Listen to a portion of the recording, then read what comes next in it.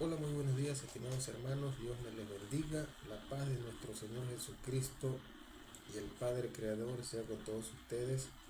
En esta hermosa mañana tenemos un hermoso estudio, una hermosa enseñanza para compartirla con todos ustedes. Gracias a nuestro buen Dios que nos ha dado vida y nos ha dado bendición. Bueno, un saludo muy especial para todos ustedes que se conectan a través de la red social de Facebook y de este Ministerio Evangelístico Misionero Internacional Restaurador Sin Frontera por las Almas, MEMIR. Así que una vez más, bienvenidas y bienvenidos a este día domingo 20 de abril del 2025. Estamos acá por la misericordia del Señor Jesucristo y por su inmenso amor y su inmensa misericordia. Hoy vamos a estar hablando, amados hermanos, de un tema muy especial y extraordinario. Pero no sin antes quiero enviar un saludo a mi amada gente allá en la República Bolivariana de Venezuela, especialmente a mi madre, a mis padres y a todos mis hermanos y familiares, y también a los amigos que ven o que me ven a través de esta red social en todo el mundo. Así que bendiciones y feliz día de resurrección. Hoy es un día especial. Yo creo que es el día más importante en la historia de la humanidad y para la humanidad, porque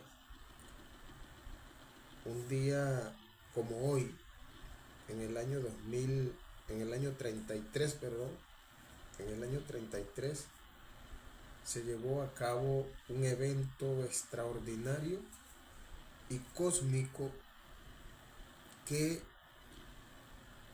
bendito el nombre del Señor Jesucristo, es algo para tomarlo muy en serio. Bendito sea su gloria para siempre. Bueno, como todos sabemos, el Señor Jesucristo pasó por tres procesos que fueron procesos terribles para la vida humana, para la vida humana, porque nosotros tenemos que ver esto desde un punto de vista humano y también tomando en cuenta que era entre lo humano y lo divino, o sea, cosas que son extraordinarias desde cualquier punto de vista que podamos verlo. Primero tenemos que el Señor Jesucristo murió en una cruz. Eso, eso lo sabemos todos, ¿no? Todos los cristianos y los no cristianos también. Murió en una cruz. Y posteriormente, al morir en la cruz, hubo otro evento extraordinario que fue lo que se llama el descenso. El descenso. Y posteriormente a eso es que viene lo que llamamos la resurrección. Es algo extraordinario, amados hermanos, cuando uno analiza estos eventos que fueron prácticamente casi consecutivos. Porque si nosotros vemos el tiempo en que todo esto ocurrió, fue en apenas 72 horas. Es decir, 3 días. 3 días. Cuando el Señor Jesucristo fue colgado en la cruz, ocurrió algo extraordinario. En todos los eventos que sucedieron, ocurrió algo extraordinario. O sea que fuera de lo común, no estaba dentro de lo que la gente en ese entonces esperaba. Vamos a ir a una cita para darle fundamento a esta enseñanza. Y los invito a que vayamos al libro, al Evangelio según San Juan, en un evento que marcó como un precedente en la historia del mundo y que fue una referencia prácticamente como lo fue la resurrección de Lázaro. Vamos a ir a San Juan capítulo 11, verso 25. Pero vamos a leer un poquito desde el capítulo 22. Aquí había llegado la noticia de que Lázaro había muerto. Y los discípulos estaban preocupados porque Lázaro era una persona clave en la vida de todos ellos, de todo el grupo. Lázaro, que vivía en Betania, era, como se dice, el epicentro donde tocaba permanentemente el maestro cuando venía de algún lado y llegaba a la casa de Lázaro y allí descansaban y continuaban la marcha hacia otro lugar donde tenían destinado. Y Lázaro era muy especial para el Señor, para el maestro. Lo amaba mucho, era un buen amigo. Y resulta que llega la noticia cuando ellos estaban por otros lugares de que Lázaro había muerto. Y los discípulos se preocuparon en gran manera. Pero el Señor Jesucristo, como sabía que quién era Él, realmente Él lo tomó de una manera humana para no hacer, como se dice, más tensa la situación. Los discípulos, después de conversar y analizar la situación, el Señor les dice esto: más bien será ahora, este es en el 22, 11:22, más bien sea ahora que todo lo que pidas a Dios, Dios te lo dará. Le dicen los discípulos al Maestro, al Señor, porque ellos sabían que el Padre de Yahshua, de Jesús, como se le llamamos nosotros, respondía a las oraciones o a las peticiones del Hijo, en este caso como Hijo, porque era un ser humano, pero que a su vez era el mismo Padre en el mundo espiritual. Y Jesús le dijo: tu hermano resucitará. Es decir, es una palabra que en ese momento para los discípulos era algo que quizás ellos lo vieron como una palabra de consuelo, para que no estuvieran preocupados, para que no estuvieran con aquella situación de angustia, cuando el Señor les dice: tu hermano resucitará. Y quizás ellos lo vieron desde ese punto de vista porque dijeron: bueno, seguramente que resucitará. Y de hecho ellos le dicen al maestro que seguramente iba a resucitar porque estaba contemplado. Entonces Marta le dijo, ya esto fue cuando ya estaban cerca de Lázaro, ya cerca de Betania, pues, que salió María y Marta al encuentro. Y Marta le dice al Señor: yo sé que resucitará en el día de la resurrección, en el día posteros. Es decir, Marta está asegurando que ella sabe que su hermano Lázaro resucitaría en los días postreros. Pero ella no consideró que la resurrección de Lázaro o este evento de resurrección estaba más cerca de lo que ella pensaba. Entonces Jesús le dijo, para calmar toda duda, todo ánimo que había allí, el Señor les dice así. Jesús les dijo, yo soy la resurrección y la vida. El que cree en mí, aunque esté muerto, vivirá. Esa fue la palabra clave. El que cree en mí, aunque esté muerto, vivirá.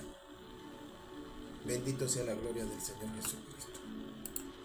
Entonces, esta palabra, esta frase que el Señor dice, de que el que crea en Él, el que crea en mí, aunque esté muerto, aunque muera, vivirá.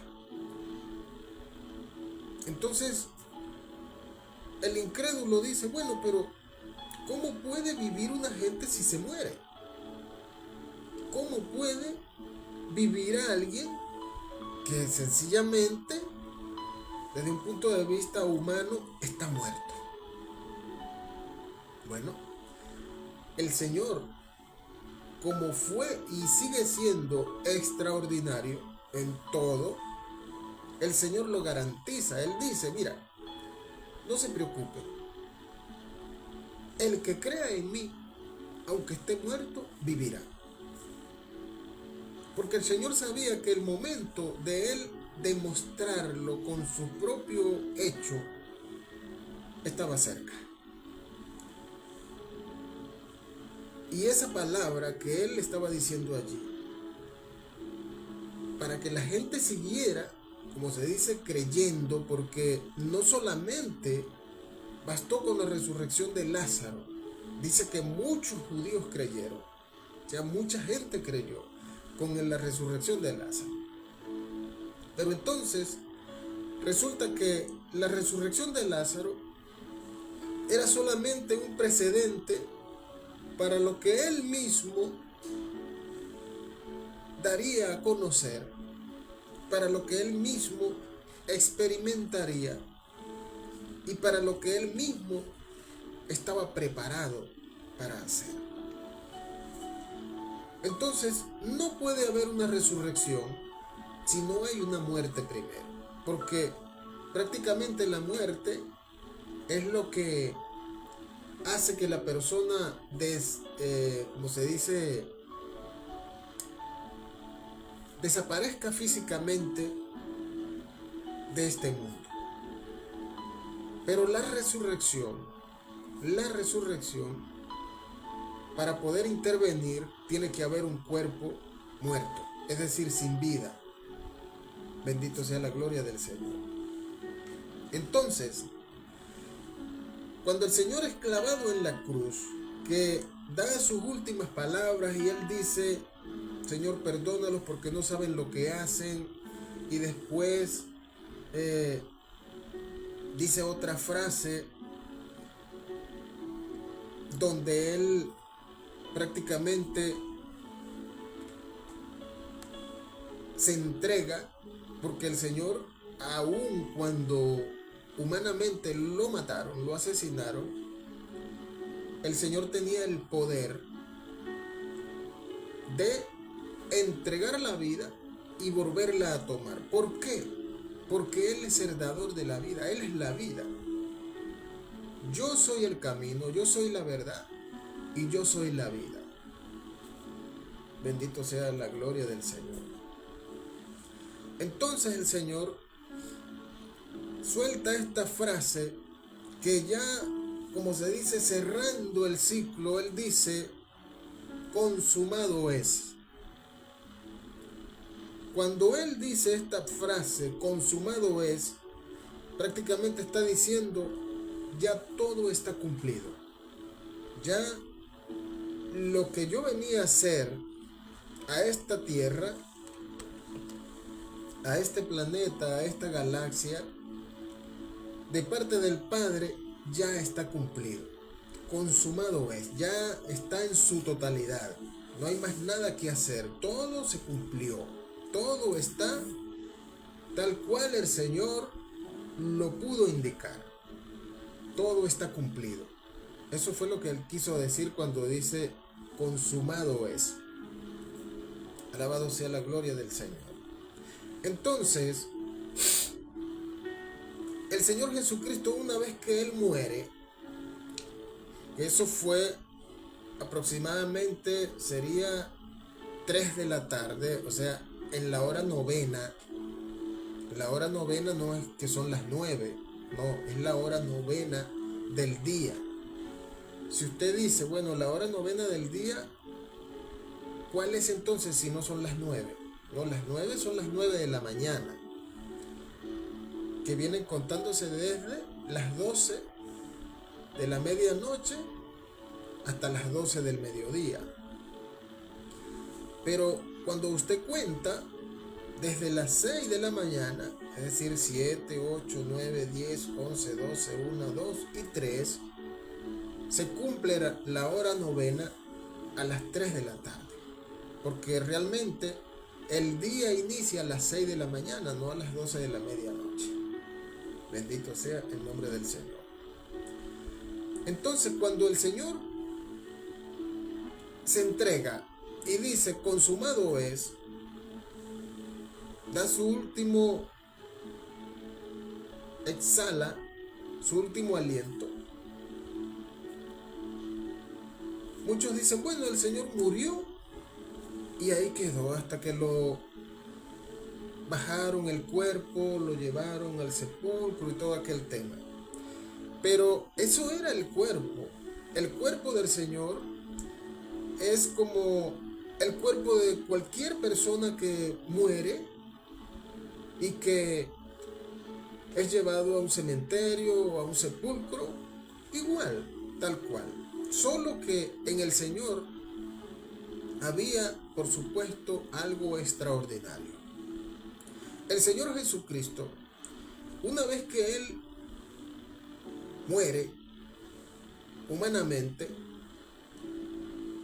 recibe, porque esa palabra que Él dice consumado es, está diciendo a su vez, bueno, ya cumplí, ahora me toca recibir lo que yo vengo a recibir de parte del Padre, es decir, del Padre espiritual. Es decir, Jesús, una vez que el cuerpo es abandonado, su alma, su esencia, vuelve a su estado original como Dios. Y por lo tanto, tenía todo el poder, toda la autoridad sobre todas las cosas, como lo dice la palabra, para hacer y para que se cumpliese todo lo que Él había dicho. Bendito el nombre del Señor.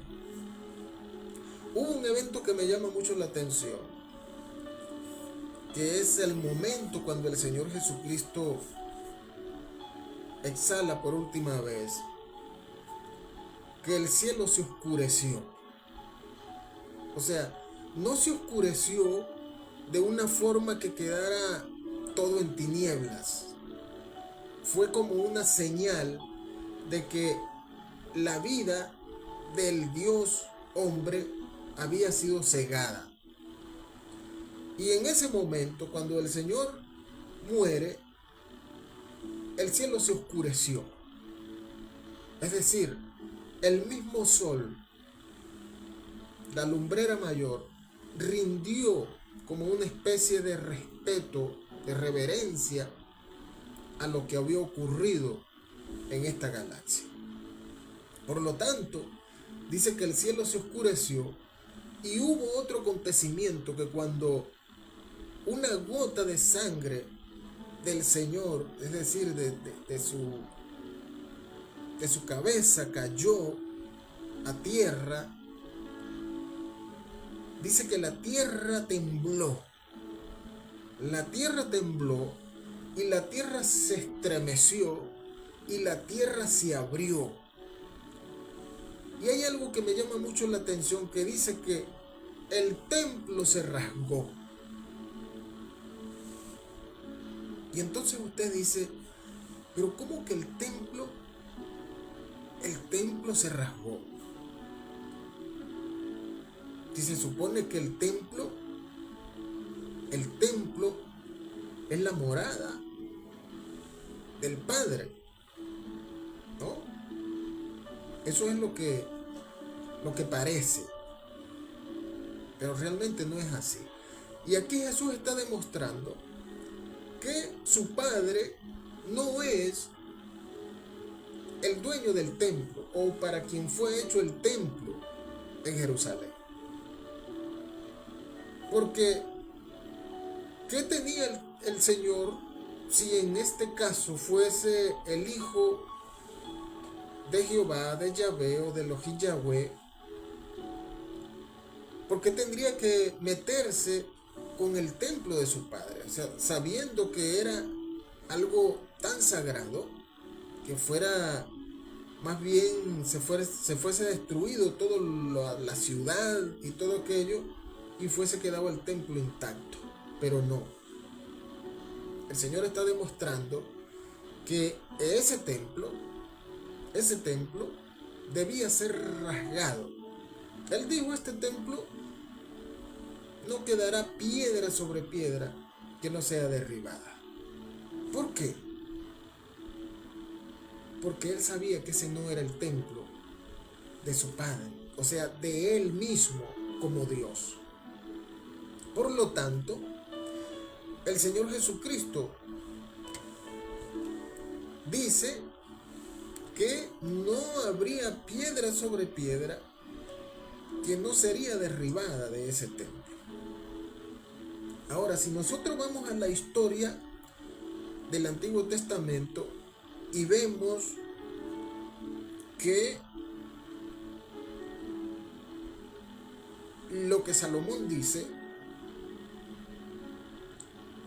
bendito el nombre del Señor, nos da a nosotros una idea de por qué el Señor Jesucristo se refirió o hizo ese hecho natural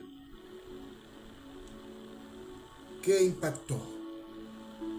¿Por qué el templo tendría que ser derribado? ¿Por qué tendría que caer piedra sobre piedra?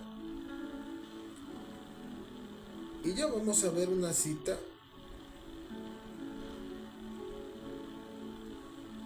que nos da la razón en este punto. Está en Primera de Reyes 8:12. Dice así. Vamos a buscarlo en la Biblia. Vamos a buscarlo en la palabra que usted tiene y que yo tengo.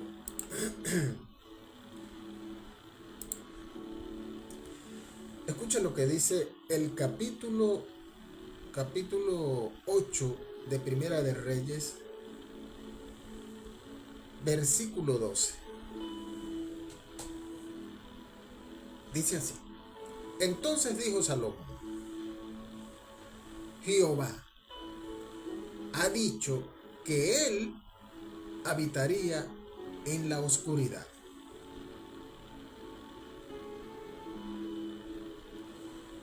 Y el 13 dice, yo he edificado casa por morada para ti, sitio en que tú habites para siempre.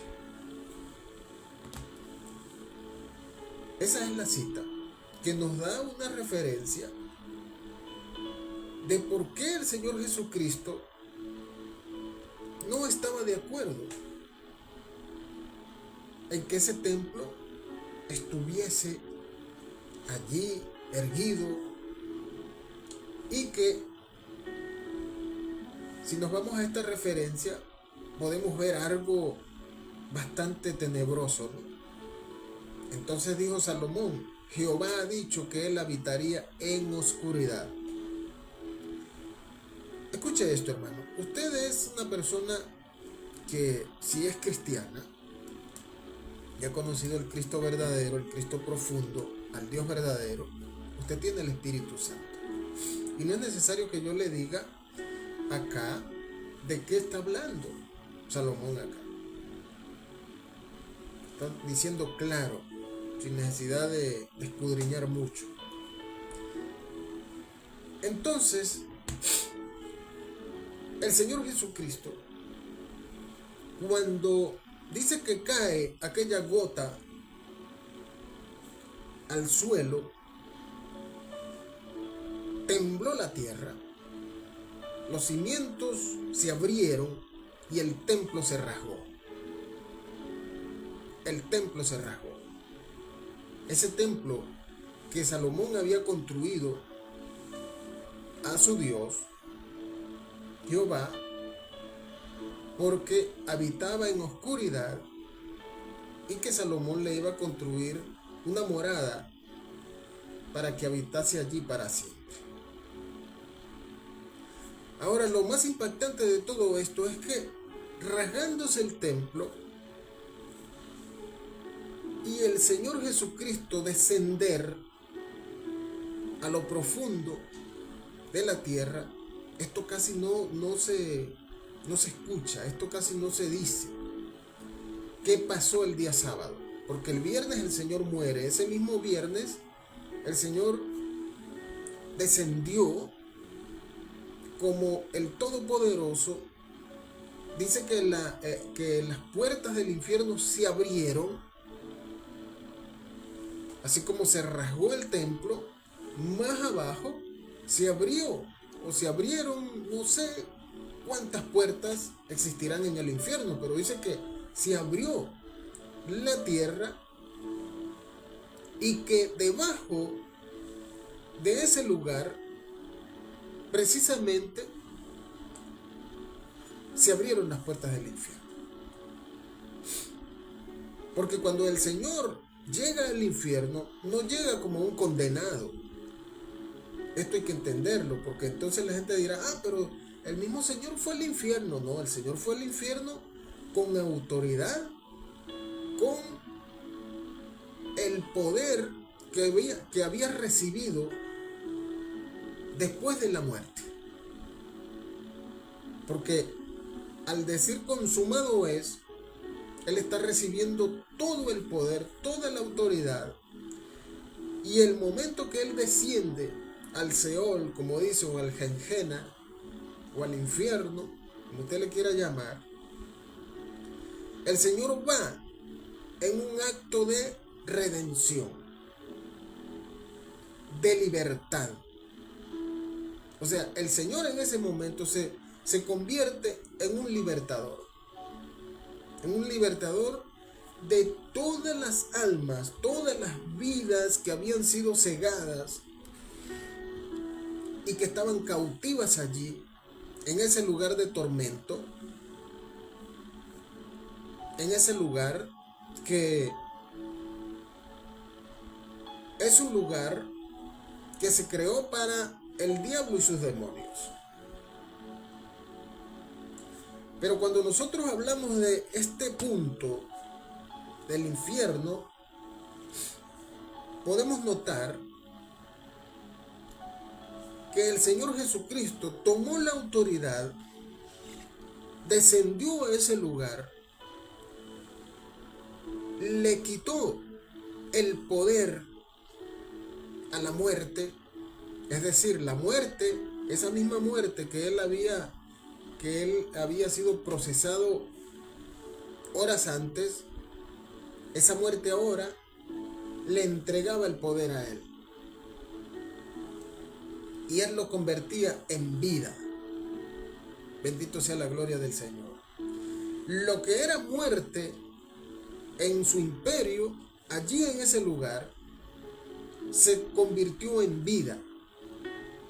Por eso él dice, el que crea en mí, aunque esté muerto, vivirá. Alabado sea su gloria para siempre.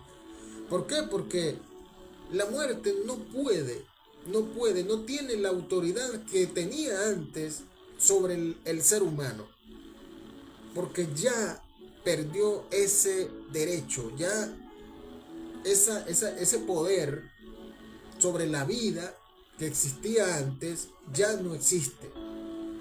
Ahora, Yahshua, Jesús, o el Dios Todopoderoso, bendito sea su gloria, tiene el control, tiene el poder, y ya no hay quien pueda ir contra usted o quitarle la vida, así como así, porque primero el que tiene el poder y la autoridad se llama Dios, el Dios hombre, Jesucristo, el Rey de paz, el Dios verdadero, el Cristo profundo. Bendito sea su nombre para siempre. Esa es la diferencia. Cuando el Señor desciende a la profundidad del infierno, fue a libertar, fue a liberar, fue a sacar de allí a todas las almas que estaban cautivas desde el principio del mundo. Ahora, yo me hacía esta pregunta y decía, pero entonces, Señor, ¿cómo es que las almas tenían que ir a ese lugar?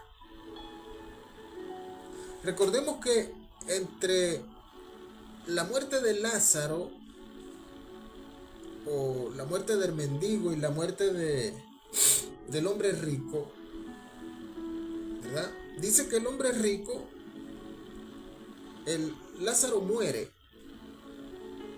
y fue llevado por los ángeles al seno de Abraham. Y el hombre rico muere y fue llevado al lugar de tormento. Es decir, que ese lugar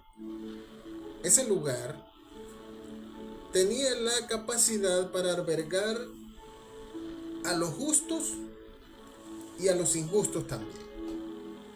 No había una selección directa de decir, bueno, como lo dice la gente, ¿no? Mucha gente dice, no, que se está quemando en el infierno, que la Biblia no lo dice así, el libro no lo dice así. Y según lo que nosotros podemos discernir a través del Espíritu, tampoco es así. Porque dice que el infierno, o el Gehenna, o el lugar de tormento, o el Seol, era un lugar que estaba separado por una cima, una gran cima, dice. Una gran cima. Cuando hablo de esta cima, no estoy hablando de la cima que es así como una montaña, sino así, como un enorme abismo entre las dos. Por eso es que el hombre rico le ruega y le dice, según lo que dice la Escritura, que le permitiera a Lázaro mojar la punta de su dedo en agua para ponerle en su lengua, porque estaba siendo atormentado. Es decir, estaba atormentado.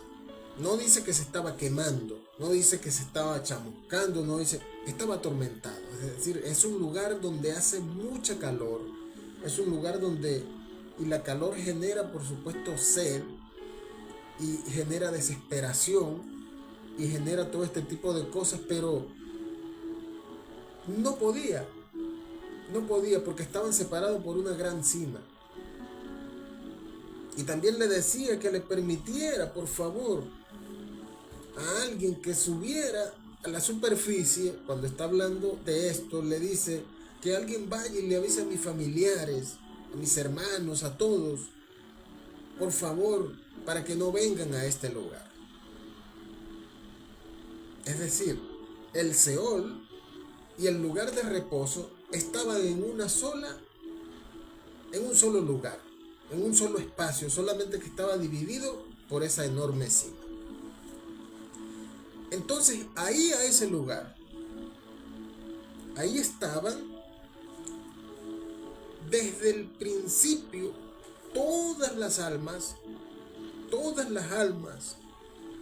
que habían sido prácticamente muertas desde el principio, en diferentes circunstancias.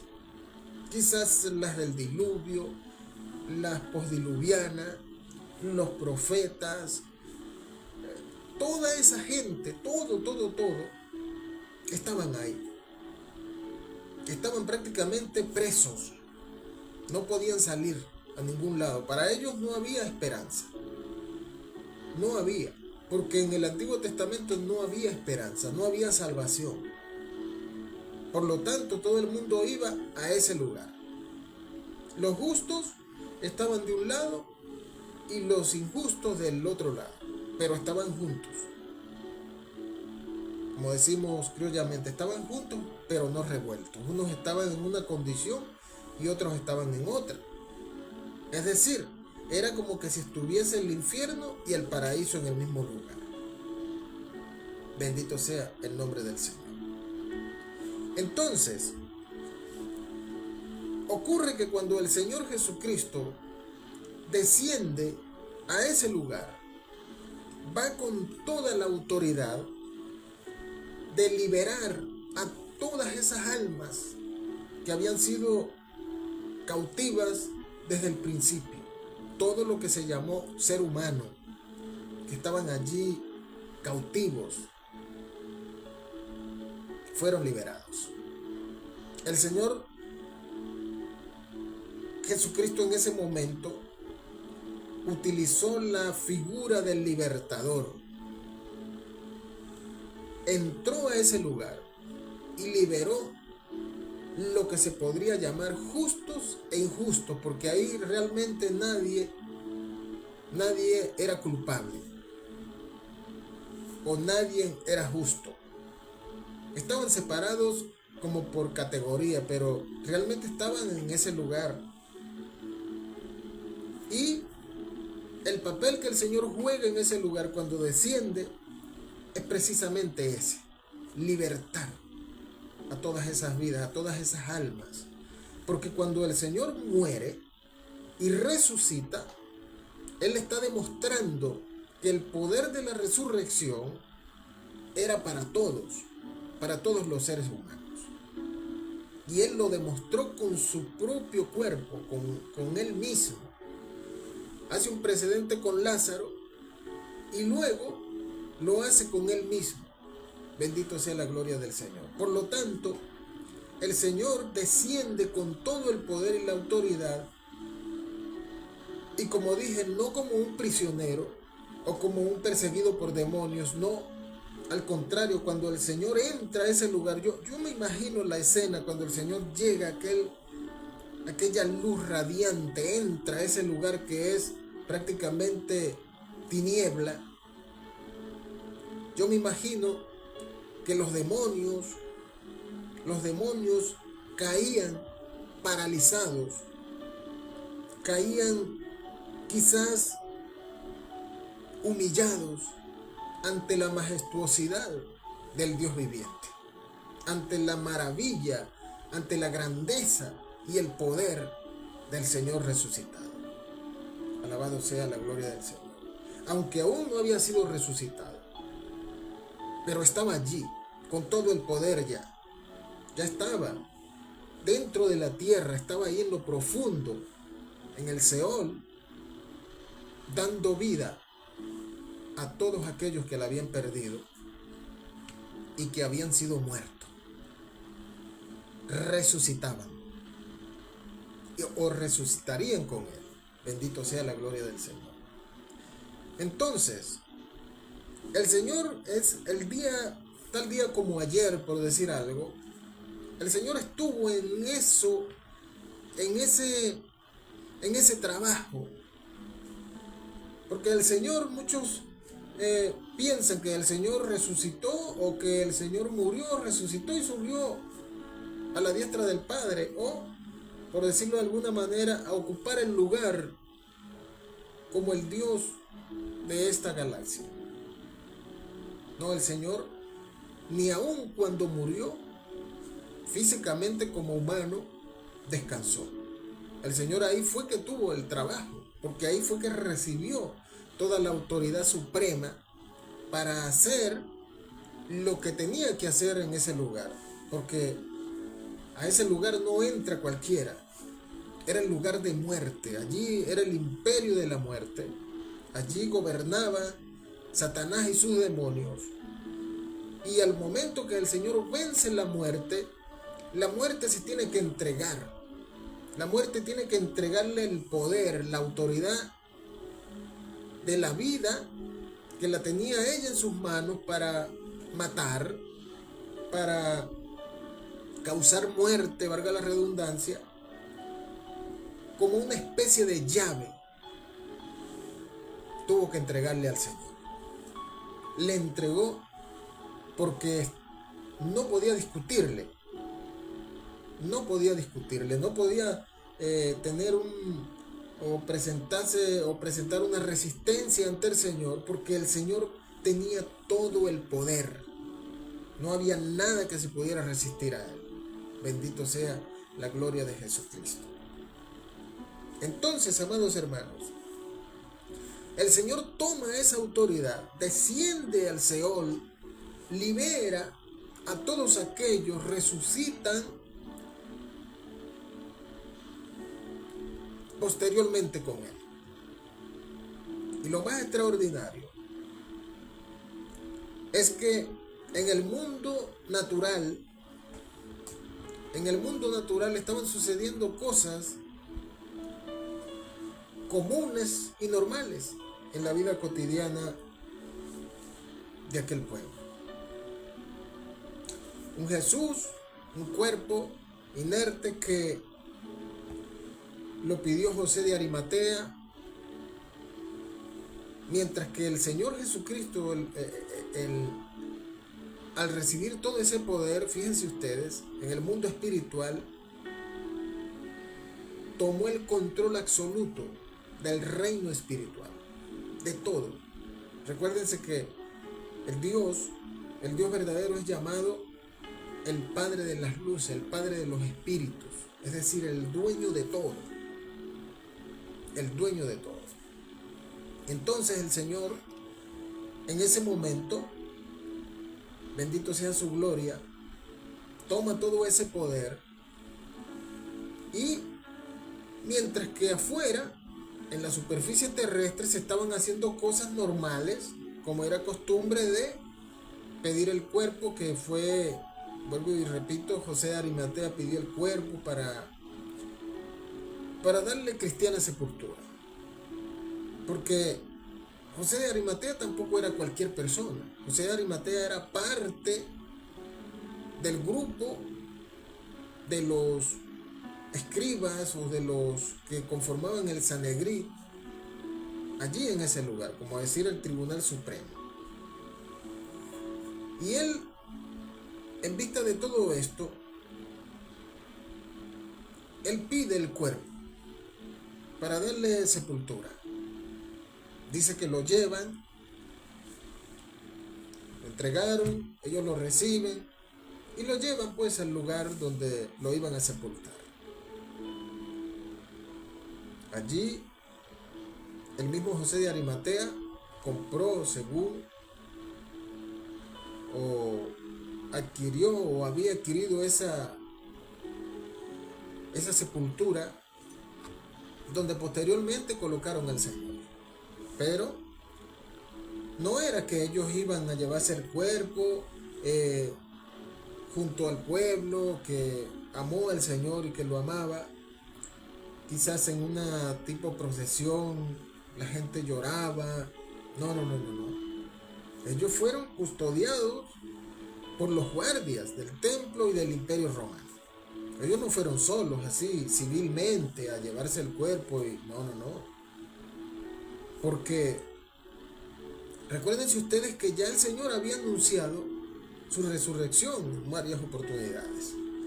Y esto no se les había olvidado a la gente que estaba en el templo. El templo que se rasgó después, porque no quedó piedra sobre piedra que no había sido derribada. Alabado sea el nombre del Señor. Entonces allí tomaron al Señor, lo llevaron y lo colocaron en esa sepultura. Las sepulturas en ese entonces no eran como ahora. Las sepulturas o en ese tipo de cultura que existía por allá por el Oriente Medio, no era colocar el cuerpo en un sarcófago y meterlo abrir un hoyo y meter allí el cuerpo después y después taparlo con tierra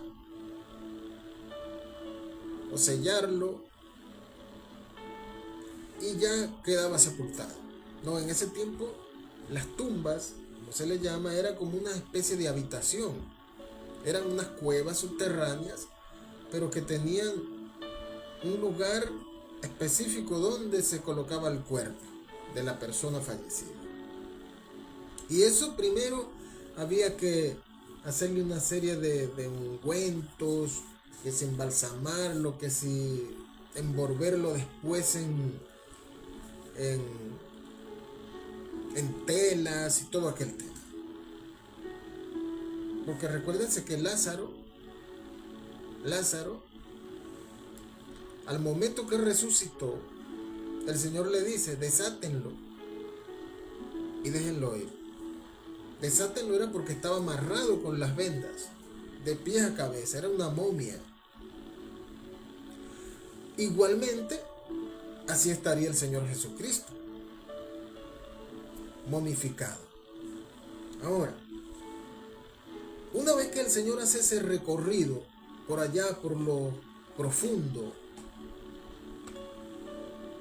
y prácticamente toma el poder de la vida y de la muerte, y lo tiene Él ahora en sus manos, no lo tiene Satanás, como muchos dicen, no, que el diablo anda matando gente. No, el diablo no mata a nadie.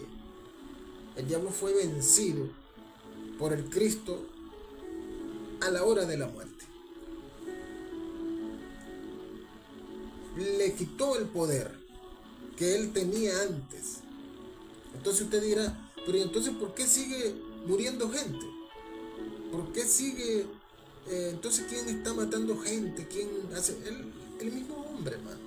La maldad de los hombres. La maldad de los hombres. Como ha venido ocurriendo siempre.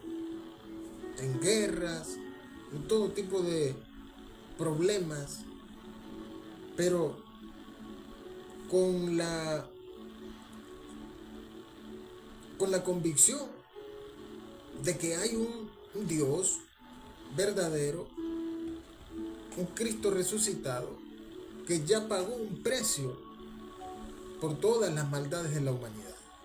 Eso no quiere decir que entonces la gente está libre de hacer maldades. No es que esté libre de hacerlo, sino que la gente lo asume como algo que ellos quieren hacer, influenciados por supuesto con esas fuerzas malignas que sí existen,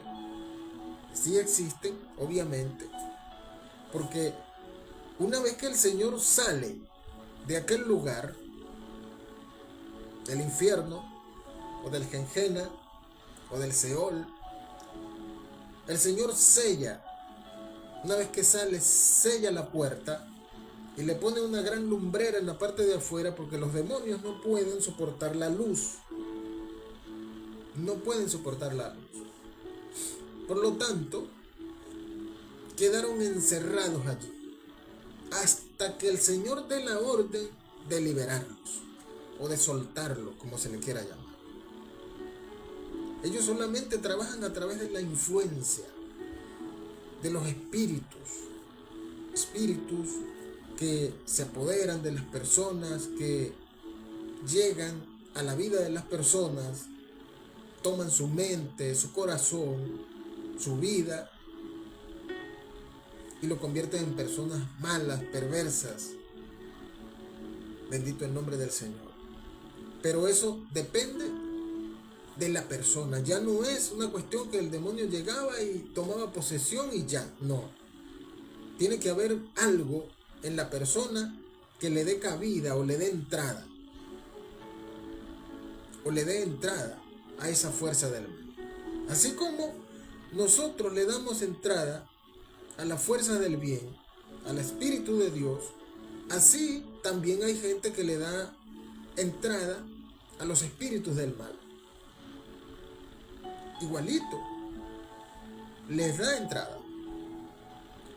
Entonces ya no está el poder en manos de Satanás, que podía hacer y deshacer con la gente como él quería, sino que ahora tiene que pedir, como se dice, permiso, o sea, los espíritus, la maldad, tiene que pedir permiso a las personas, para poder tomar posesión en ellos. No es que está libre como antes. No está libre. Que llegaba la persona y aparecía endemoniada y causaba desastres. No. Ahora, si la persona quiere, porque vive, o sea, el querer darle acceso a fuerzas de oscuridad, fuerzas del mal, no significa que la persona se postre o que le rinda un culto, una liturgia a esos espíritus, porque claro que sí lo hacen también, pero ya ese es otro nivel. Sino que dependiendo de lo que la persona vaya haciendo en la vida, si usted está haciendo bien, una persona sana, una persona que procura siempre hacer el bien, una persona que siempre está pendiente de ayudar al prójimo, de bendecirlo, de colaborar, de contribuir, de todas estas cosas, usted está abierto a las fuerzas del bien. O sea, las fuerzas del bien siempre van a estar sobre usted, sobre su vida. Así también la gente que hace maldad, que vive en maldad, que hace mal por acá, que hace mal por allá, no es necesario que haga un ritual para que llame, como se dice, o invoque las fuerzas del mal. No, ya están libres de entrar. Por sus hechos, ya él mismo abre la puerta. Por lo tanto, no es necesario que tenga que hacer ningún ritual, al menos que sea de una posición más alta, como lo son los hechiceros, los brujos, los santeros, este tipo de cosas que tengan que pedir, invocar y pedir. No, nada más que con los hechos que usted hace ya está aportando o al bien o al mal. Alabado y glorificado sea el nombre del Señor. Entonces, cuando el Señor ya está preparado, ya pone todo en orden, ya ese desorden que había ya en el infierno de cautivar y de castigar y de hacer barbarie, eso se acabó. Ahora, el dueño de esta galaxia tiene el control sobre todo. Sobre todo. Y como dije, porque la gente pensará, pero ¿y entonces por qué suceden tantas cosas malas? Bueno, por eso que acabo de mencionar. Porque la gente con su actitud, con su modo de ser, abre la puerta a esos demonios, a esos espíritus, para que estén en su vida y moren en él. Por lo tanto, siempre va a ser una persona mala, perversa, que obre mal de espaldas a Dios. Como también las personas que hacen bien, que son loables, que viven una forma de vida modesta, pero que aman a Dios, que respetan a Dios y que son personas de bien, por decirlo de alguna manera, esas personas son de Dios, porque ellos han hecho el camino, han trillado el camino para que reciban la bendición del Dios Todopoderoso. Alabado sea la gloria del Señor. Entonces,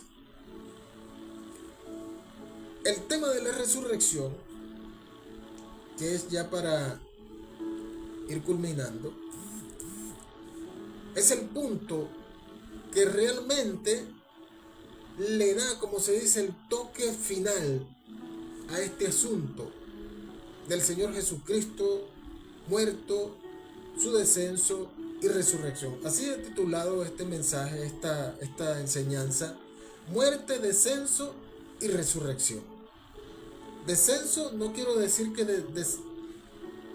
no hablo de que murió, sino de que descendió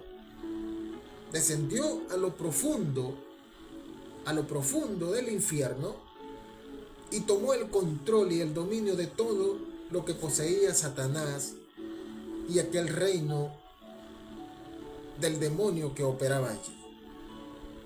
Bendito sea el nombre del Señor. Por eso vuelvo y repito, ahora el diablo no tiene la autoridad ni la potestad de hacer con usted lo que usted quiera si usted no se lo permite. Así como lo acabo de mencionar. Usted es el canalizador para volverse un instrumento de Satanás a través de sus hechos. Por eso el Señor dice: por sus frutos los conoceréis. ¿Cómo se distinguen los hijos de Dios a los hijos de la oscuridad? O los hijos de la luz y los hijos de la oscuridad: por sus hechos. El hijo de oscuridad va a estar siempre buscando la forma de hacer maldad. De hacer maldad a su prójimo, de hacer maldad en cualquier ámbito. Desde el punto de que una persona puede hacer maldad a otro o a muchos, parte hasta de cortar un cable de electricidad en un lugar para que la gente se quede sin luz. Eso ya es maldad. Eso es maldad. O sea, es algo maléfico. Desde el punto de que usted dañe algo adrede, al propósito, para que eso genere daño a otros, ya eso es maldad. Allí usted le está abriendo la puerta a la maldad, al dueño de la maldad.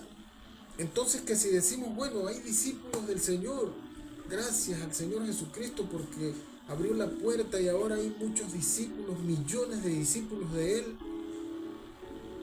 Eso es cierto, pero también hay muchos discípulos de Satanás. Muchos discípulos de Satanás que lo hacen porque ellos quieren pertenecer a ese reino. Alabado sea el nombre del Señor. Entonces el Señor Jesucristo dice: yo soy la resurrección y la vida, y el que cree en mí, aunque esté muerto, vivirá. Eso lo dice en Juan 25, 11. Juan 11, 25. Bendita la gloria del Señor. Hay otra lectura muy interesante que está en 1 Corintios 15, 20, que dice: Cristo es primicia de los que durmieron, de los que murieron, porque esto se le llama dormir, los que duermen. Los que duermen son las personas que están muertas. Porque el Señor, cuando los discípulos le dijeron: Señor, que Lázaro, que esto, no te preocupes, él solamente duerme. Les estaba diciendo, él está dormido porque se va a despertar. Se va a despertar en la vida, en la verdadera vida, a su estado original. Entonces, en 1 Corintios 15, 20 dice: Cristo es primicia de los que durmieron. Esto significa que la resurrección de Jesús es la primera de muchas, y que los creyentes que han muerto resucitarán también. Los creyentes que han muerto resucitarán también. Es decir, tomarán lugar de la verdadera vida. Volverán a su estado original. Lucas 24:5 nos dice: no está aquí, sino que ha resucitado. Esto fue cuando la gente fueron al sepulcro, porque ocurrieron cosas extraordinarias, como les estaba mencionando, mientras que el Señor estaba por allá en lo profundo, ordenando, en la superficie de la tierra, estaban ocurriendo cosas prácticamente normales para la gente. Pero dice que cuando fueron a ver Marián, que fue por allí a ver qué pasaba, porque estaban dolidos con la muerte del Señor. Entonces, ocurre algo que dejó a todo el mundo perplejo. No está aquí, sino que ha resucitado. Acordaos de lo que os habló cuando aún estaba en Galilea diciendo, es necesario que el Hijo del Hombre, está diciendo el Hijo humano, sea entregado en manos de los hombres pecadores, o sea, de los hombres malvados, de los hombres de maldad, y que sea crucificado y resucite al tercer día. Bendito sea la gloria del Señor. Esto les trajo a memoria el Señor a aquellos que estaban pendientes, como lo eran su madre, Marián y María Magdalena, las tres Marías. Por ejemplo, en otros versículos de la Biblia se menciona la resurrección. Por ejemplo, vamos a ver en Marcos 9:31, a ver qué nos dice. Marcos 9:31. Dice, porque enseñaba a sus discípulos y les decía, el Hijo del Hombre será entregado en mano de hombres y le matarán, pero después de muerto resucitará al tercer día. Es decir, los discípulos, o sea, todos los que habían oído al Señor, esperaban que ocurriera aquella promesa, pero quizás entre el dolor, entre el desespero, entre la impotencia de aquel imperio romano y sus aliados allí en Judea, no les daba tiempo, no tenían cabeza para analizar, para pensar, para recordar lo que el Señor les había dicho. En Hechos 1, vamos a ver en Hechos 1, que hay algo muy interesante también. Bendito el nombre del Señor. Hechos 1 del 9 al 11 dice, y habiendo dicho estas cosas, viéndolo ellos, fue alzado y le recibió una nube que lo ocultó de sus ojos. Esto ya fue posteriormente a la resurrección, porque el Señor no solamente resucitó y se fue y subió al cielo, no, dice que se le apareció a muchísima gente. Si mal no recuerdo, son 40 días después que se le estuvo apareciendo a mucha gente. Y de hecho, cuando Él les dice, díganle a los discípulos que nos vemos en Jerusalén, es decir, como una persona normal le hablaba a los demás después de haber resucitado y les daba instrucciones. Bendito el nombre del Señor. Ahora, imagínese usted, cuando aquella gente llegaron al sepulcro y consiguieron la piedra removida y la tumba vacía. Bendito el nombre del Señor. Una piedra que pesaba según unas 3 toneladas. Estaba multisellada con gruesas cuerdas que la ataban con como una especie de ganchos clavados en la misma roca allí en las paredes, en la tierra. Y estaba atado y cruzado, tejido de esas enormes cuerdas. Y dice que aquello reventó. reventó sencillamente, como si un rayo de luz lo hubiera destruido. Explotó la cuerda, se abrió la tumba y el Señor resucita. El Señor se levanta. Bendito el nombre del Señor. Qué poder, hermano, tan tremendo, tan impresionante. Entonces, en Hechos 1 del 9 al 11 dice: y habiendo dicho estas cosas, viéndolo ellos, fue alzado y le recibió una nube y lo ocultó ante sus ojos, de sus ojos. Y estando ellos con los ojos puestos en el cielo, entre tanto que él se iba, he aquí posaron junto a ellos dos varones, con vestiduras blancas, los cuales también les dijeron: varones galileos, ¿por qué estáis mirando al cielo? Este mismo Jesús que ha sido tomado de vosotros, es decir, los ángeles les están diciendo: mire, este mismo Jesús que ha sido tomado de vosotros como humanos, como ustedes, ¿verdad?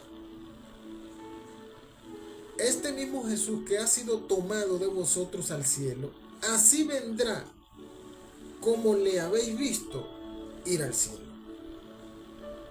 Entonces volvieron a Jerusalén desde el monte que se llama del Olivar, el cual está cerca de Jerusalén, camino de un día de reposo.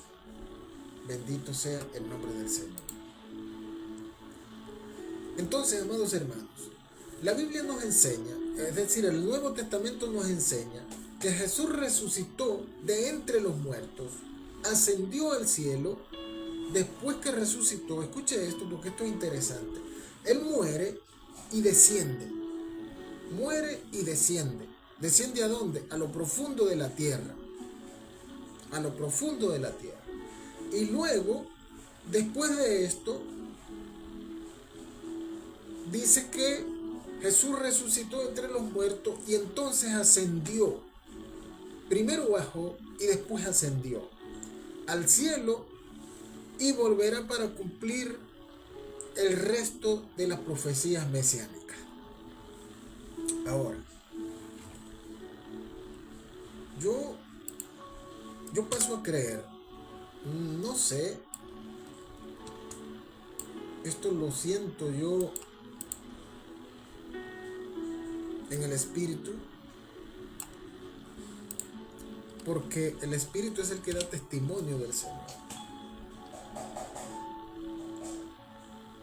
Pienso yo a veces meditando en las cosas de Dios y digo: ¿y si es que el Señor ya ha venido? Y está en nosotros ya. Ese consolador que Él dice que enviaría era el mismo. Era el mismo Espíritu Santo de Dios, el mismo Jesús, porque primero era el Verbo, y el Verbo se hizo carne, es decir, primero era espíritu, era voz, era palabra, y esa palabra se volvió carne y habitó entre nosotros. Y luego, después de todo esto que estamos viendo, volvió al Padre. Pero hay algo que es muy interesante, que Él dice: déjenme ir, porque si no me dejan ir, el Padre no podrá enviar al Consolador. Es decir, el Consolador, el Espíritu de Dios, ya está en los que creen en ese Cristo que murió y resucitó. Ya está. Es decir, es como la reencarnación, pero ahora en los hombres de buena voluntad. Bendito sea la gloria del Señor. Eso es algo que el Espíritu me hace comentar. Quizás usted diga, pero ¿dónde dice la Biblia? ¿Dónde dice que...? No, quizás no lo va a conseguir. Porque son rema, ministraciones que le vienen a uno cuando uno está en lo que está. Alabado sea el nombre del Señor. Entonces, el evento más significativo de la historia y lo que le da la validez de las afirmaciones de Jesús sobre sí mismo descansa en la resurrección, ya que resucitó de entre los muertos o que se quedó en la tumba. El quedarse en la tumba no ocurrió porque hay evidencia científica de que no estaba el cuerpo ahí, de que desapareció, pero que después ese mismo cuerpo, tal como lo habían conocido los discípulos, se les aparecía a ellos y a muchos más, Alabado el nombre del Señor. Ahora, muchos escépticos dicen que creen en un Cristo resucitado, que creer en un Cristo resucitado no es más que un acto ciego de fe con poca o ninguna base en la verdad. Eso lo dicen los escépticos. Pero es como dice el Señor: el que crea en mí, de su interior correrán ríos de agua viva. Esto es un asunto de fe y de creer, de convicción, de algo que ocurrió. Bendito el nombre del Señor. Sin embargo, al ser confrontado con los hechos, aquellos que son intelectualmente honestos se han visto forzados a admitir que la resurrección es un evento histórico basado en pruebas irrefutables. Quizás, si la historia nos mencionara nada más el hecho de la resurrección de Lázaro, por decir un ejemplo, quizás hubieran podido caber dudas, ¿no? Porque la gente dice, bueno, pero ¿quién puede decir que Lázaro resucitó o no resucitó? Que pudieron haberlo inventado, que esto, que lo otro. Pero lo que el Señor permitió allí era como una especie de antesala, una especie de precedente para irle aliviando la mente a los hombres, a lo que estaba por acontecer futuramente. Con ese objetivo el Señor hizo la resurrección de Lázaro, para que vieran que no era imposible, que era algo real. De lo que Él iba a hacer con Lázaro, el Padre lo haría con él. Bendito sea la gloria del Señor para siempre. Ahora, vamos a ver un poco de evidencia de todas estas cosas que estamos hablando aquí hoy. Primero, Cristo predijo su resurrección. O sea, no fue algo de sorpresa. La Biblia registra: desde entonces comenzó Jesús a advertir a sus discípulos que tenía que ir a Jerusalén y sufrir muchas cosas, y que era necesario que lo mataran y que al tercer día resucitara. Mateo 16:21. El Señor les estaba diciendo las cosas, pero ellos no podían creerlo. Quizás el profundo apego, el profundo amor que sentían por Él no los hacía ver más allá de la realidad que el Señor les estaba diciendo. Bendito el nombre del Señor. Aunque sus seguidores no entendieron lo que les estaba diciendo, en ese momento recordaron sus palabras y las grabaron. Es decir, Oye, pero es que el Señor nos los había dicho antes. ¿Cómo es que se nos olvidó? ¿Cómo es que se nos pasó? ¿Cómo es posible que nos hayamos olvidado de algo tan importante que el Señor nos dijo? Número 2. Jesús hizo numerosas apariciones a sus seguidores. Esto en el momento de que ya el cuerpo había desaparecido. Él consoló a los dolientes fuera de su tumba el domingo por la mañana. Él mismo. En el camino a Emaús explicó cosas acerca del sí mismo del Antiguo Testamento. Fíjense ustedes. Estaba explicando cosas que habían ocurrido en el Antiguo Testamento. Más tarde comió en su presencia y los invitó a tocarlo. Es decir, que podía comer. Entonces usted dirá, bueno, pero esto es algo que no lo entiendo, porque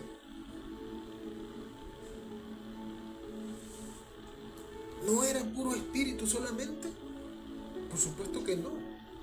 Si fuera sido espíritu nada más, no fuera necesario haber retomado el cuerpo, sino que fuera aparecido en diferentes lugares, hablaba con la gente, pero el cuerpo estaba allá, descompuesto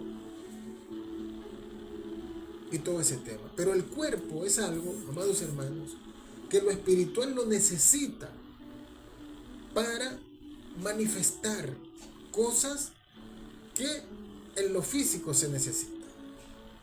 Por ejemplo, el Señor no podía decirle, vamos a comer sin un cuerpo, es decir, con una figura espiritual nada más. Porque entonces, ¿cómo iba a ingerir los alimentos? Estaba hablando de lo sobrenatural con lo natural, de lo divino y lo humano. Lo divino es lo espiritual, lo humano es el cuerpo, es lo que nosotros entendemos como esto que tenemos. Pero más allá de eso, habita lo divino, lo extraordinario, lo que es invisible. Bendito el nombre del Señor. Entonces, más tarde comió. En su presencia los invitó a tocarlo. Tóquenme, o sea, vean. Ahí fue cuando Tomás decía, no, yo si no veo no creo. Yo tengo que poner el dedo en la llaga para ver si es verdad. Y el Señor le dijo, hazlo pues. Algunos pueden argumentar que algunas personas podrían haber aceptado un engaño. Pero caramba, ¿cómo se puede explicar la colaboración de por lo menos 500 personas?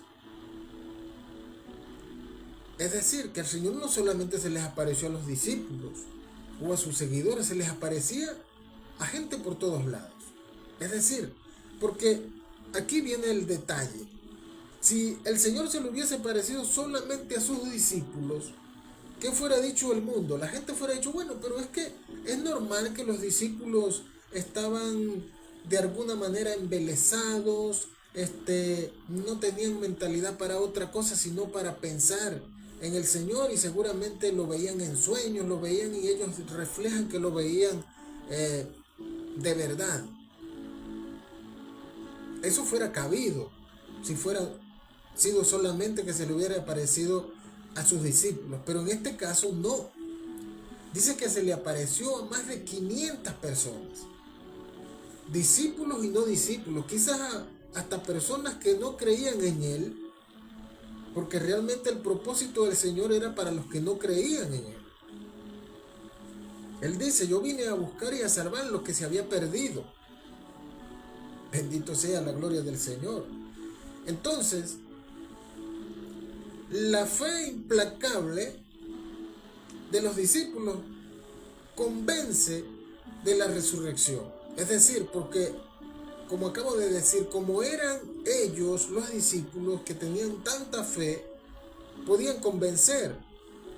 Aquellos discípulos que una vez tuvieron tanto miedo de desertar de su Señor, ahora proclamaron valientemente esta noticia. Es decir, los que antes tenían miedo porque eran perseguidos y todo aquel tema, después no les importó,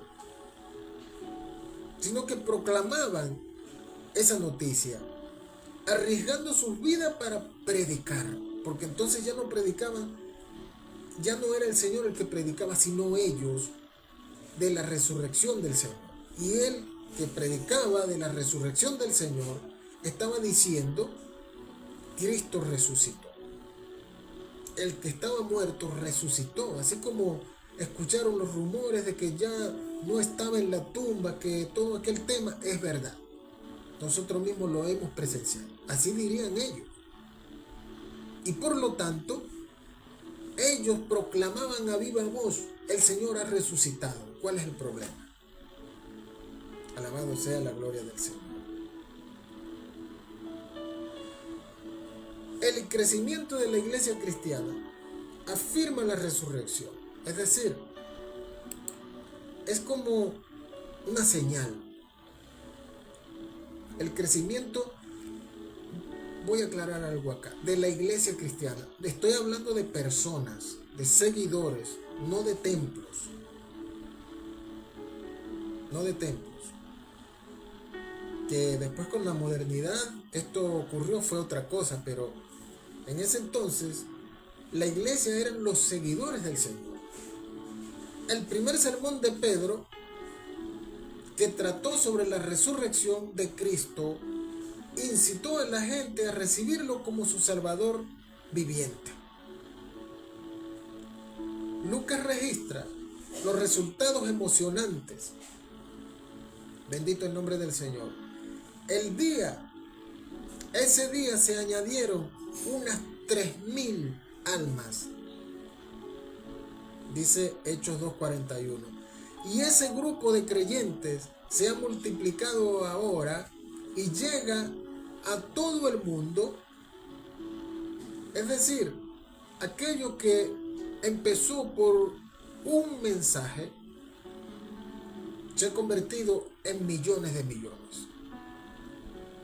Lo que el Señor le dijo a Pedro: sobre esta piedra edificaré mi roca, ocurrió. Sobre esta piedra edificaré mi roca, mi iglesia, perdón. Ahora, ¿qué sucede? Aquí hay un detalle que es muy impresionante. ¿Qué sucede con los católicos o los romanos de aquel entonces? Ellos dijeron: bueno, ¿qué vamos a hacer nosotros? Vamos a tomar a Pedro, porque el Señor dijo que sobre él edificaría su iglesia. ¿Qué hicieron? Se llevaron a Pedro, lo mataron allá en Roma, lo sepultaron, y sobre la sepultura de Pedro está la Basílica de San Pedro. Es decir, ellos lo tomaron de una forma literal. Sobre esta piedra edificaré mi iglesia. ¿Entiendes esto, hermano? Bendito sea la gloria del Señor. Ahora, el significado de la resurrección es algo que confirma que Jesús es quien dijo ser. Consideremos la magnitud de este evento. La resurrección demostró que Cristo era divino. El hecho de que Jesucristo murió en la cruz no prueba en sí mismo que Él es Dios. Es decir, como vuelvo y repito, Él era en la condición de humano, porque Él nació de una mujer. Él tuvo que venir hacia el mundo para poder darse a conocer como una persona igual que nosotros. Caminaba, comía, se cansaba, dormía, igual que nosotros, porque Recordemos que no es que Él es igual que nosotros, sino que nosotros somos iguales que Él. Bendito sea la gloria del Señor. Somos iguales que Él. Aleluya. Entonces la resurrección demostró el poder de Cristo para perdonar a toda la humanidad. A toda la humanidad. Bendito sea la gloria del Señor. La Biblia afirma, si Cristo no resucitó, tu fe no tiene valor. Aún estás en tus malos pasos, malos caminos. Al resucitar de los muertos, Jesús demostró su autoridad y poder para romper los lazos del pecado y de la maldad y asegurar el perdón y la vida eterna a todos los que aceptan su regalo de salvación. O sea, a todos los que aceptan su regalo de enseñanza. Porque realmente el nombre de Jesús, Jesús es un nombre creado para de alguna manera controlar. Significa Yahvé salva. Pero el nombre original del Señor en hebreo, Yahshua, significa Salvador.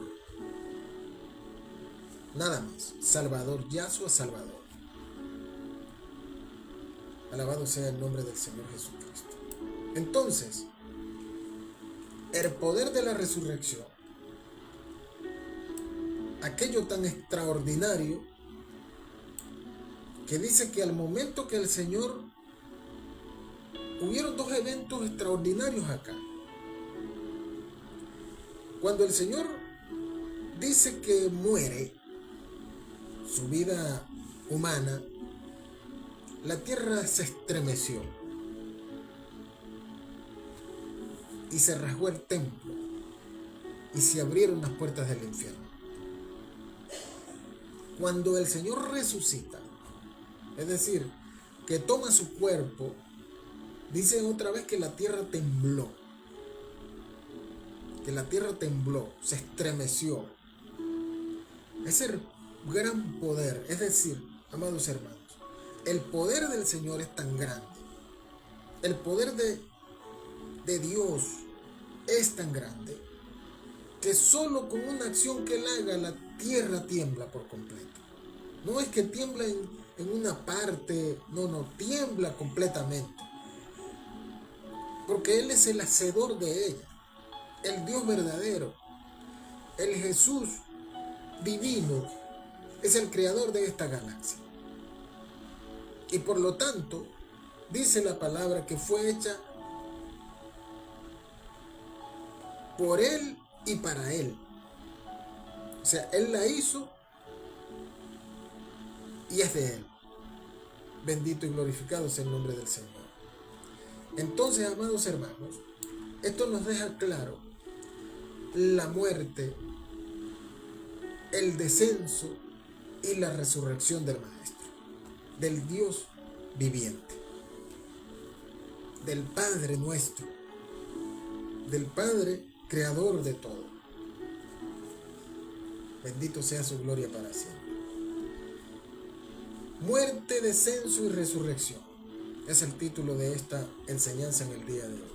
Así que, amados hermanos, Cristo vive. Cristo sigue viviendo en cada corazón. Cristo sigue resucitando vidas sin necesidad de morir. Porque el que crea en Él, aunque esté muerto, vivirá. Nada puede tocar la muerte sin que primero no pase por las manos del Señor. Es decir, el Señor es el que autoriza. El Señor es el que permite.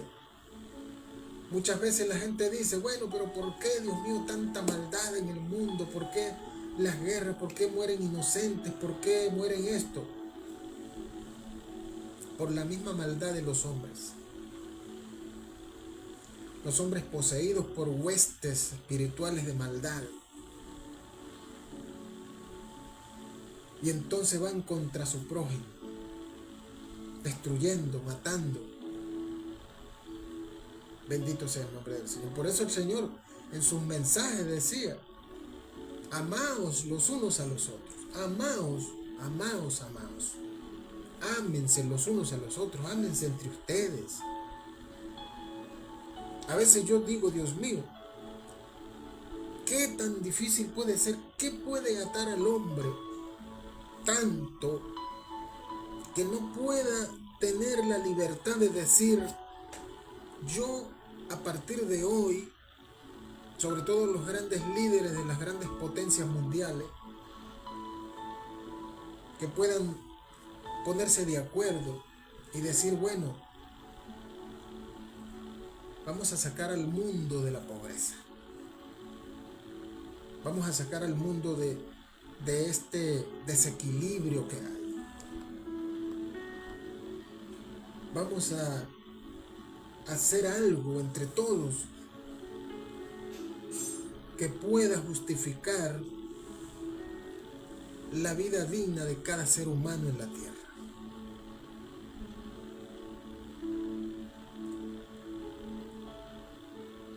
Eso es posible. Eso es posible. Apartando las ambiciones personales, apartando el egoísmo, apartando la maldad, apartando el orgullo, apartando la soberbia, y diciendo y reconociendo: en realidad todos somos iguales, todos somos humanos. El más pequeño necesita del más grande, pero quizás lo que el más pequeño tiene, el más grande le falta, y entonces hay una especie de complementariedad en el mundo, donde no es que la gente va a regalar las cosas, porque todo tiene un sacrificio, un esfuerzo, pero hacer intercambios comerciales, intercambios no con la intención de invadir, de poseer, de controlar, sino de una forma que puede ser paz para todos. Porque si todo el mundo está bien, el mundo tendrá paz. Las rebeliones, todas estas cosas que nacen, las guerras, eso nace de la injusticia, de ver tanta injusticia. Entonces la gente decide tomar acciones él con sus propias manos, cuando entre todos podemos solucionar todos los problemas del mundo. Bendito y glorificado sea el nombre del Señor. Este domingo 20 de abril del 2025 sea un día especial, porque lo es para todos nosotros, como el día de la resurrección. Pero a la vez también quisiéramos que sea un día de la restauración del mundo, un día de bendición, un día de fortalecimiento en la vida espiritual de los seres humanos, un día donde esa resurrección sea materializada en cada accionar que nosotros hagamos como seres humanos, partiendo desde el más poderoso de la tierra, el más rico, el más multimillonario, hasta el más pobre que vive bajo el techo de unas bolsas de plástico. Eso tiene que llamar al mundo a la reflexión. Si queremos ser buenos, hagamos bien. Hagamos el bien. que hay diferencias ideológicas, que hay diferencias de clase, que hay diferencias de todo tipo, eso tiene solución. Para eso tenemos una mente, un entendimiento, el único ser pensante sobre la tierra. No es necesario ir a las guerras por apoderarnos de algo o de quitarle algo a alguien. No es necesario. Para eso tenemos una boca. Para eso tenemos traductores de idiomas, que quizás aquel no me entiende, pero yo le hablo y traduzco y me entiende. Y llegamos a acuerdos, porque somos seres humanos. Bendito sea el nombre del Señor. Así que, amados hermanos, este día domingo 20 de abril del 2025 sea un año de resurrección de la vida en el planeta Tierra. Y bueno, ya para despedirme, quiero pedir sus oraciones por este humilde servidor, porque alabado sea la gloria del Señor Jesucristo, quiero viajar a mi país este año, Dios mediante, y pido sus oraciones. No les pido mucho, no les pido dinero, no les pido nada, sino sus oraciones y sus buenos deseos, porque eso es lo que realmente importa. Así que culminamos por esta enseñanza en el día de hoy. Que Dios les bendiga, Dios les guarde, Dios les multiplique sus bendiciones, que la paz de nuestro Señor Jesucristo y el poder de su resurrección siga obrando cada día en nosotros, para que podamos tener paz, amor y benignidad. Así que bendiciones para todos, feliz domingo, día de resurrección, día de victoria, día de bendición. Será hasta el próximo domingo, Dios mediante, donde tendremos un nuevo encuentro a través de la plataforma de Facebook y a través del ministerio que Dios me ha dado el honor de presidir, llamado MEMIR. Siglas MEMIR significa Ministerio Evangelístico Misionero Internacional Restaurador, y el eslogan es Sin Frontera por las Almas. Así que muchas bendiciones, Dios me los guarde, Dios me los bendiga, y será hasta una próxima oportunidad. Un abrazo.